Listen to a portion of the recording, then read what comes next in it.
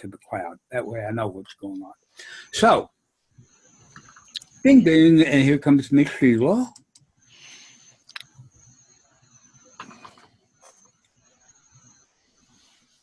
And oh no, gotta behave if Miss Sheila's gonna be oh here. yeah, she will crack the whip on us. Yeah. Sheila, just for your benefit, we've already started recording this. Okay. So Then I'll if anybody's got any questions, fire away. Be it Zoom or especially meeting settings, like I said, the last ones we flew through because so many of them didn't apply because they're multiple contract things or multiple account things. I have one. Okay. Oh, good. With the free account, once I have a third person join, the 40-minute timer starts to end the event. Right. Now, if I have a show with multiple guests, for example, and I bring one person in and they leave, and then another person comes in, so that there's that's only your third connection. It is a third connection, eh? Okay. Yeah. I was falling into that trap when I was, before I got the paid account and trying to use the free account. And I kept wondering why it kept timing out because it was usually just me and one-on-one. And I kept thinking there were not three people in there at the same time. Right. But it's three connections to a session unless you start and restop it. Okay. Okay. Yeah. And there's also, if you have that, if you only have two people and one of them leaves, and then you're just sitting there waiting for the third one, you'll get a 40-minute timeout if you don't do anything. If you're not screen sharing or chatting, doing in chat, typing something in chat, if you're just sitting there waiting for somebody to come in, it'll give you a 40-minute timeout too, so you have to restart the thing. So what exactly do you have to do to constitute as action? Just being here and moving around the camera? I don't know that moving around the camera so much as doing something that lets the Zoom server know that something is active still in the room. You know, like typing in the comment. In fact, that's something on my weekend list test. I'm going to go in and bring Aurora in, and I'll let him go away. And then I'm going to watch the timer, and at 39 minutes, I'll type a comment into the chat. If I time out at 40, that tells me that typing into the chat doesn't constitute activity, so we'll have to look at something else. Right. Yeah, and if I can, I'll ask Matt that question tomorrow, because tomorrow morning at 10:30 is when they do the meeting type thing where you can actually do your video in breakout rooms and ask questions, instead of just typing them into the Q&A thing. Mm-hmm. Right. Yeah, and I'm ready for that one. That's the advanced user, right? Mm-hmm. Yeah, that's the advanced user. It's 10:30 our time, 10:30 Central. Yeah, I'm ready for that one, but I haven't registered for it yet. I guess I can afterwards. Yeah. After this, yes. Mm-hmm. Yeah. And it's funny because sometimes on Friday they'll be real crowded. They'll have between 20 and 30, and some other Fridays they'll have 11 or 12. Those are the ones I like it when not that many show up, because he'll take longer to answer, and he'll go into more detail than just giving you a link to the support page. I mean, he's good at answering, but he always tries to give you a link to the support page as well. Yeah. He does an excellent job on the things. Yeah. And that's Matt that's doing that with the black background and the globe behind him. Right. Yeah, and Vincent is the other guy. Vincent handles mostly some of the stuff on the webinar. Joshua handles some on the webinar, but Matt's the only one that does stuff in the meeting format. He does those on Tuesdays and Fridays, and he's the only one I've ever seen do them. Okay, I thought today's meeting that I missed was a meeting. I thought it was Tuesdays and Thursdays, but I realized after I watched the video, no, that was the wrong one. Well, Tuesday. No, I'm sorry. Tuesdays and Fridays is the advanced training. Mm-hmm. Okay. But the getting started, they do Monday through Friday. That's Every a day. webinar. And then Yeah. they have the Zoom user training, and they do those twice or three times during the week, and those are webinars. But Yeah. it's the Tuesday afternoon at 4:30 and Friday at 10:30 that are in the meeting format. And that's 10:30 our time because it was 8:30. 8:30 Pacific time. Mm-hmm. And yes, I did have to register again to get in, and that's what was confusing me. Thanks for sending me that, Bill. I was not aware that I had to fill out. The registration form was already filled out, but I had to hit register again, and then it brought me in. Yeah, because if you go to the registration thing, you have to check which one you want to attend. Right. And unless the first or second time, you could have checked all three at the one time. It's not, one excludes the other. Right. And I did when I first registered, but since then, I haven't known what to do. Just go back to that original email. And you should be able to add them to your calendar. Mm-hmm. I did add them to my calendar. So the links will be right in your calendar notification. That's one of the places I checked, and it wasn't in there. So clearly, let's look at it. What I did was, rather than putting it in from the registration, I put it in my calendar myself. Oh, okay, yeah. That's the way it has to be, because otherwise the link would have been in my calendar. Yeah. And that was the first place I went to tonight, was my calendar, and the link wasn't there. And I went, okay, well. But that's interesting. I'm surprised that because I just hit invite and used the URL for this meeting. And Yeah, but I'm surprised it didn't bring you right into the meeting as opposed to a registration link. But your invite had the link.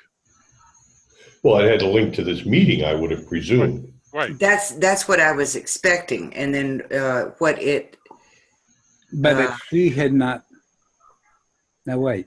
So you registered before for all three events. That's right. Because the meeting number is going to stay the same. Yeah, she was in the other night. Mm-hmm. You were in Monday night. Yeah. And when you sent me that, beside Zoom.us, it's J/711251914, which is obvious. No, that's not a meeting number. Yeah.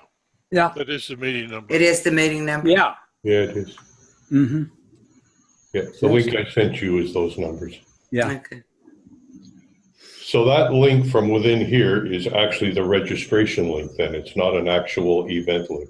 If you click the invite thing here, and here's the center of the link, it sends the registration link, not the link to the meeting. Right. So if I had I gone to my calendar and sent her the link that's in the calendar, I could have come right. I wonder if that would have brought her in even if she hadn't registered before. No. No. Because that will be specific to you. What you could have done is send her a chat with just the meeting number. Right. Okay. Then Sheila would have to have been in her Zoom thing, her scheduler, the orange and blue thing. You click the little join button and then just type the meeting number in. And if she was already registered, it would bring her in. If not, it would make her register. I'm looking at the link in the calendar, and the meeting number in the upper left-hand corner of the screen is the first part of the URL on my calendar. Yeah. And it is in the invite. When I copied the URL I copied from the invite button below is also that link. So it's so there is no way for somebody else to invite somebody into this thing and have them bypass the registration. They always have to go through the registration. If the event is set up to require registration. Right. Yeah. Okay. Yeah. There's, Bill, isn't there two links? One that says copy URL and the other is copy invitation? Yes, you're right. I copied the URL. I didn't Okay. copy the invitation. Okay. So I believe the copy URL will bring you right in. No. Into the waiting room. Yeah, because that's the one he gave Sheila. What's the one I gave Sheila was the copy URL. Right. Now, today I learned that you could go into your Zoom window and it would have a list of things you were active in, like if you were registered for a Zoom meeting, and it would have that link. And I'm trying to log in to get into my account, and I'm obviously not. Sheila, just ignore your Hangout thing. I'm going to repost that link in it. All right. Just because I want to test something.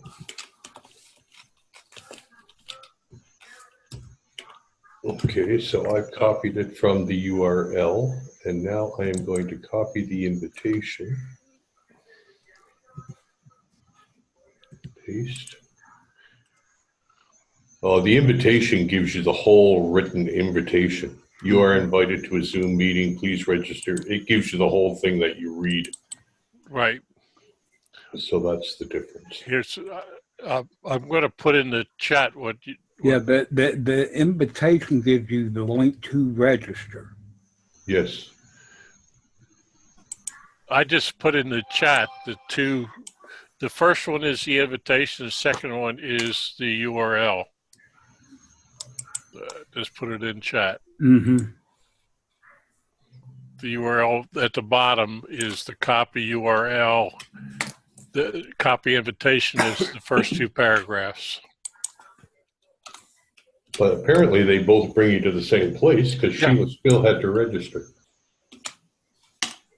But I guess the advantage to the invitation one is that you could send it to somebody who doesn't know what the event is, and that Right. Yeah, and it works well because I've done it a couple of times where you have the option for email or Yahoo, so you can send it. To me, it makes sense to send the invitation. Use it if you're going to use email. Yeah. Yeah. I like the setting where you can turn it off so as not to confuse people or yourself. There's that setting that you can turn on or off that when you send the invitation, it will only show the email that is on the thing. Like if I didn't have Yahoo Mail, it's not going to show. And I checked that. All it's going to show is whatever email systems I've got on my machine. It won't show me anything. Like if I didn't have Gmail, it wouldn't have a Gmail icon up there. Right. It's not on my machine. Right. Because some people will find that confusing. Otherwise, click email. Oh, Gmail. I'll send it Gmail, but I don't have it. And then I'm going to get this error message, and it's like, gosh, what have I done wrong?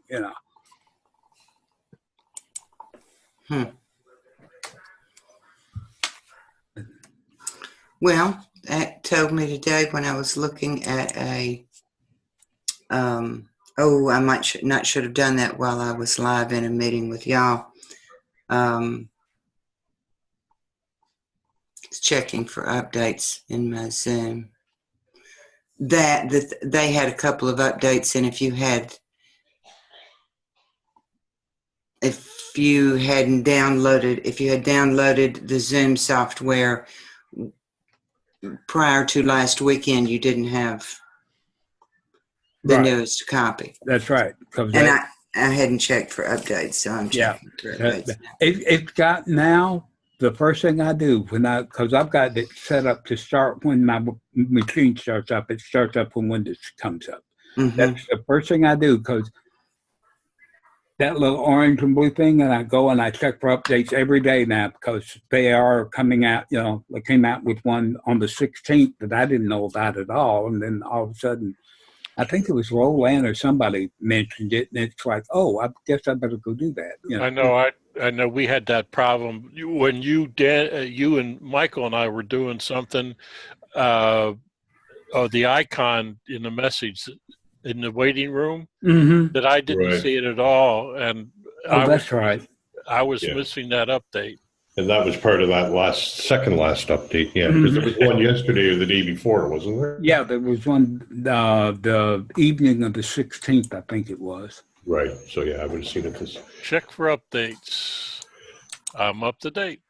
But do you get your little pink ribbon across it without checking for updates, Andrew? No. You have to go and physically check. You Okay. have to go So back. That's a. I hope they fix that. No. Yeah, that would be good. We have the option to update or not, but let us know there's an update rather than. And I've tried to get Mert to make sure that she does that as she's starting her thing to make sure she's up to date. Well, and fortunately, Andrew always posts too when it happens. I think he actually gets the update before everyone else. A notification from Zoom personally. Actually, I do sort of. Because what I do is I subscribe Zoom's got the blog. I subscribe to that. If there's an update coming, it's usually mentioned in the blog before it's mentioned anywhere else. So it gives me hints to sort of watch out for one. And then they've also got a website with the release notes on the updates. So I go over and look at that like every other day, because on there you will see not only that they've got one coming, but what they may be fixing in it. And I saw the update where they, not the last one, but the one before, where they actually added that customizing the waiting room. And I was able to read the updates. There was bug fixes and there was a couple. But I don't know where I saw that at. There is a web page. Hang on, let me get over here to my other thingies. So it's on their webpage. It's not, because I was looking through my settings in Zoom yesterday to see where I found that. And yeah, it's called Release Notes, and it is over on their website somewhere. Because that's kind of handy to be able to go in and read what the update actually covers. Whoops, couldn't find it. All right. Well, then what's it called? Let's try to There's a link to the blog. Yeah, I'm subscribed to the blog. All right. We'll go down here to the support center, and then in here,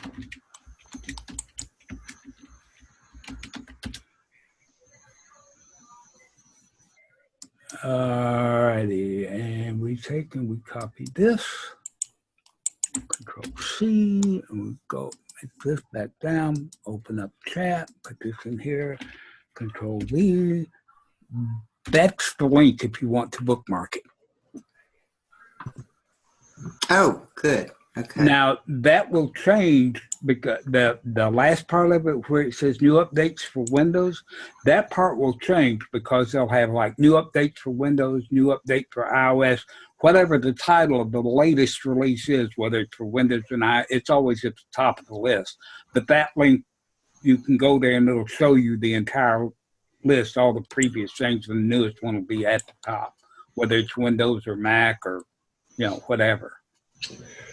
I love that when you download the chat like this, it lets you see it in the folder right away.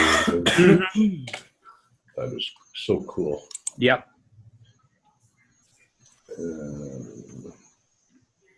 Okay, that will do. And what I've got to check, and I haven't gotten You don't have to bookmark it. Well, you can, but there's a follow button to the right of the word new updates for Windows. So anytime that if you click follow, then you will get that when they update that page, you'll get an email. Okay. I hadn't even noticed that. That's a good idea. Yeah, really. Okay. Learn something new every day. I just put the follow. link. Yep. You see that? Yeah, I just brought the link up, and it's got follow. And it's not very I didn't see it at first, but I saw a lighter gray word there, so I looked at it. Mm-hmm. It doesn't stand out like I would want it to stand out. I think it should be bigger, but It is too bad that the links in the saved chat aren't live, though. Mert copies the chat and does a little editing, but we paste it on her blog. They're Right. there and they're active. I'll send you a link. You can see it. Yeah, well, that'll work on the blog. And once you hit return, anything with HTTPS in it will go live, right? Well, what I'm wondering is, I don't know, and I'll find out as soon as this recording is done and I get it up and everything. But now, you know, like when they're doing their recording and they send you a copy of the recording or the link to it, it had the transcript of what they do. Well, now there's another tag over on the right-hand corner of that same thing that says chat. You click that and it's all the chat messages that they put in there. So you don't have to do the copy and paste thing with the chat like you do before. How it used to go away. Now it's attached to the recordings, supposedly. But now I don't know whether that's on with the recordings that they do or whether it's the recordings, you know, we do. Right. okay. So go ahead. I'm going to paste a link to a study group from Wednesday morning. This is what happened, what Mert does for the recording. Where did Sheila go? Whoop, I doesn't know. Okay, so I'm following that now. That's good. I'll get them automatically then. Yeah. So that study group, if the recording is there, but down below where you can hit the play button, that is from the unified or from the group webinar chat. So all those links are active. Okay, and that's going to the YouTube thing. I'm wondering about, well, like I say, I'll see when this thing's over and renders. I'm wondering, because I've noticed on the recordings that they send me copies of, and because they're using their own cloud, it's now saving the chats alongside the, you know, they've got the transcript that it saves whatever Matt says, but then whatever he types in the thing, you can click and get the transcript or click on chats now. There's a separate chat link and it shows the chat. That just started halfway through last week, I think it was. Okay. Yeah. But I'm not sure, like I say, because he's doing it, I'm not sure if it's his business license or you know, something special. There's Miss Sheila. Where did you go, darling? The update shut Oh, me. yeah. Oh, yeah. That's right. I just put a link, Ms. Sheila, into the chat to what we do with the recording, the webinar recording. So at the top is the video. You can watch it, but all the comments are below it, and all those links that we put in the webinar chat show up below the video, and they are active links. Okay. Okay, I clicked on the wrong link. There we go. I also hate that when you put in multiple links, it doesn't separate them, at least with a space. Yeah. What I try to do in our recordings is, because I'll put 3 or 4 in a row, like Mertz, like on her blog, I put a not a return but a period return to separate it. Mert separates it in the blog by doing editing, but I try to help out by putting a period and a return between my comments, because I'll make 3 or 4 in a row. Mm-hmm. Oh, that's neat. Y'all have really got it down. And this one is going to be too old. No, I was afraid of that. Okay. I was hoping to find a recording in Roy's, but I've got one that I did audio only, so there was nothing typed in chat. The other one over on his account goes back to February, and that's before this feature was given. So I'll have to look at this one once it renders after we finish tonight. Yeah.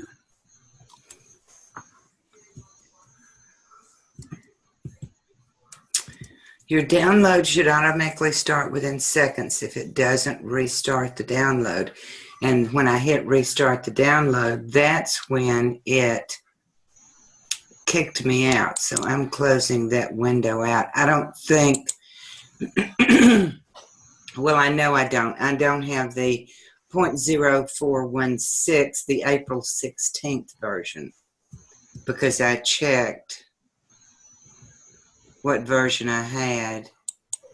And you say there is a little line between a pink banner will tell you whether you've got an update, whether new updates or not. Oh, no, that's do not disturb. Okay. I don't have a pink banner, so I don't have the update. Oh, well, did you check for updates again now that you clicked it the first time? So go back to your blue and orange thing and check for updates again and see what it tells you. 0416. And that is the April, according to the update page. Mm-hmm. That's the one. That is the one. Okay. Yeah, that's the All one. right, good. Yeah, the way the update, I mean, it's a little odd. Yeah. You know, it's not like, click to finish and it's installed or something. It just all does this little thing, and then it just sits back and waits for you to find out whether you got it or not. Now, other platform updates, Zoom Rooms, Mac, iOS, Android, Linux, and web. Do y'all pay attention to any of that at all? No, okay. I don't, because I'm using Windows. Now, if I was on Mac or iOS or something. Well, now there's a comma. Zoom Rooms, comma, Mac, comma, iOS, comma, Android. I'm just wondering if Zoom Rooms has its own update that it does. Oh, yeah. Because that's a completely different technology. That's H323 connectors and the whole 9 yards. Okay, I don't even want to open that. It's tough catching up, guys. But you got to start catching up or you won't ever catch up. So. That's true. That is true. Go along with the mustard.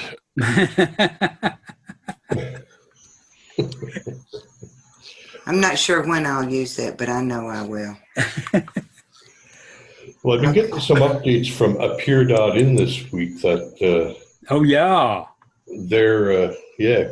Mm-hmm. I think the only thing that really affects me is that I have an image in the back of my room that appears is going to go to the Pro version. Mm-hmm. But I'm sitting here thinking, why would they do that with Zoom being the way it is? Like, why would they start removing things that are in competing platforms?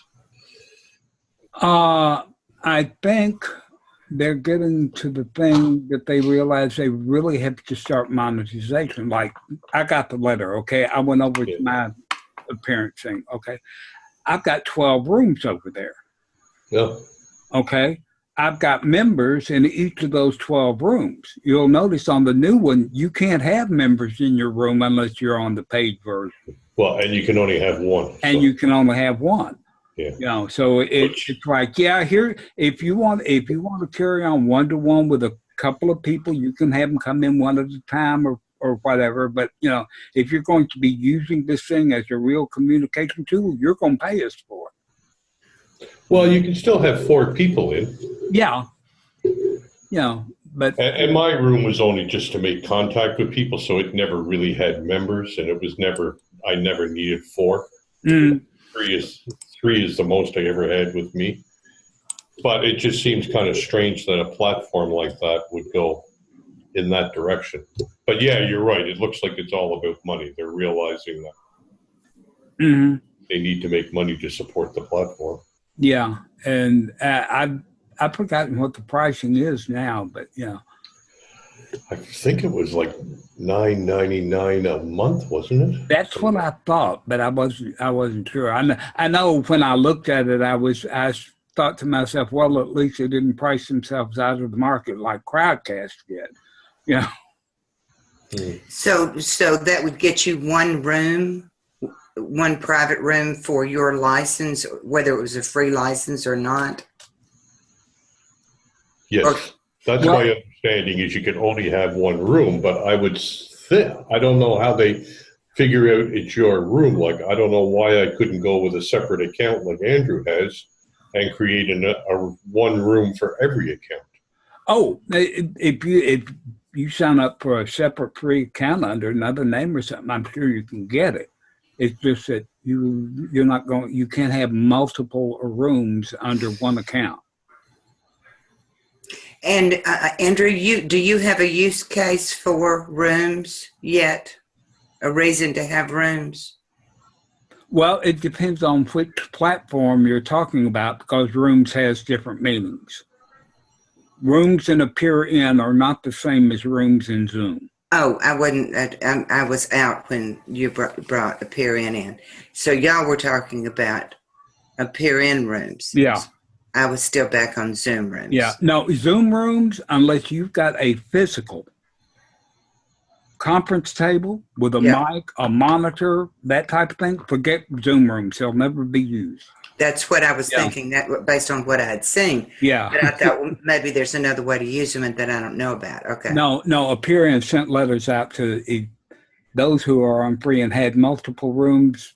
They're stopping that. You get one room and that's it. Got it. So I went over, and it's May 15th or 19th. I thought it was the 10th, but yeah, 10th, somewhere in that area. Yeah, anywhere toward the middle of May, that's when the deadline is. And so I said, well, since I'm over here checking to see what I've got, I'll go ahead and delete all the ones that I've got except for the one I want anyway and save them the trouble. Well, and that's what I was doing this morning, too. I went in to check my room, and I thought, well, you know what? I'll just delete this background image. And I couldn't find any way to delete it. So I guess they'll just do that for me. You know, behind my video screens, I just have an underwater picture of fish and stuff. Yeah. It seemed easy at the time. But those background images, I don't think really enhance the look of the room. No, anyway. because they're only a background around the window. They don't actually act like a green screen thing. That's what disappointed me, because when I first started, that's what I thought, they meant by a background. And then come to find out it's like a Blogger. When you pick the theme, it puts it behind, but then you've got your big wide column that's a solid thing. And, it's just a border decoration more than it is anything else. Exactly. So, Russ, now I did see the open up the link that you left. How are you and Mert in general using Zoom and what y'all do? How have you incorporated? I know you're using OBS, right? Nope. You're not using OBS. Nope.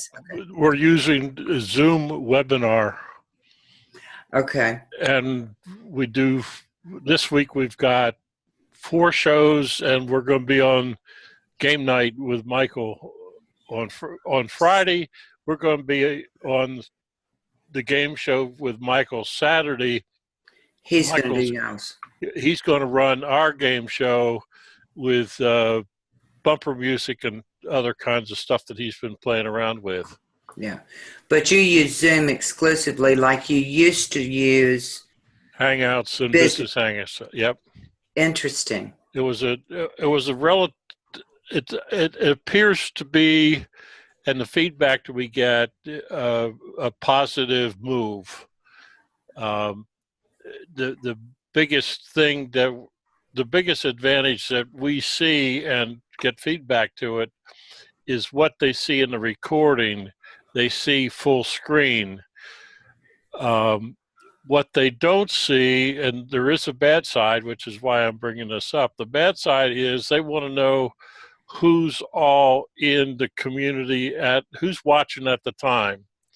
Now, that's good news and bad news. From our point of view, from my point of view, is if I know who's in the room, I'm going to send a message in the unified chat, Hangouts, Business Hangouts. I'll send a message, hi Sheila, how's the weather?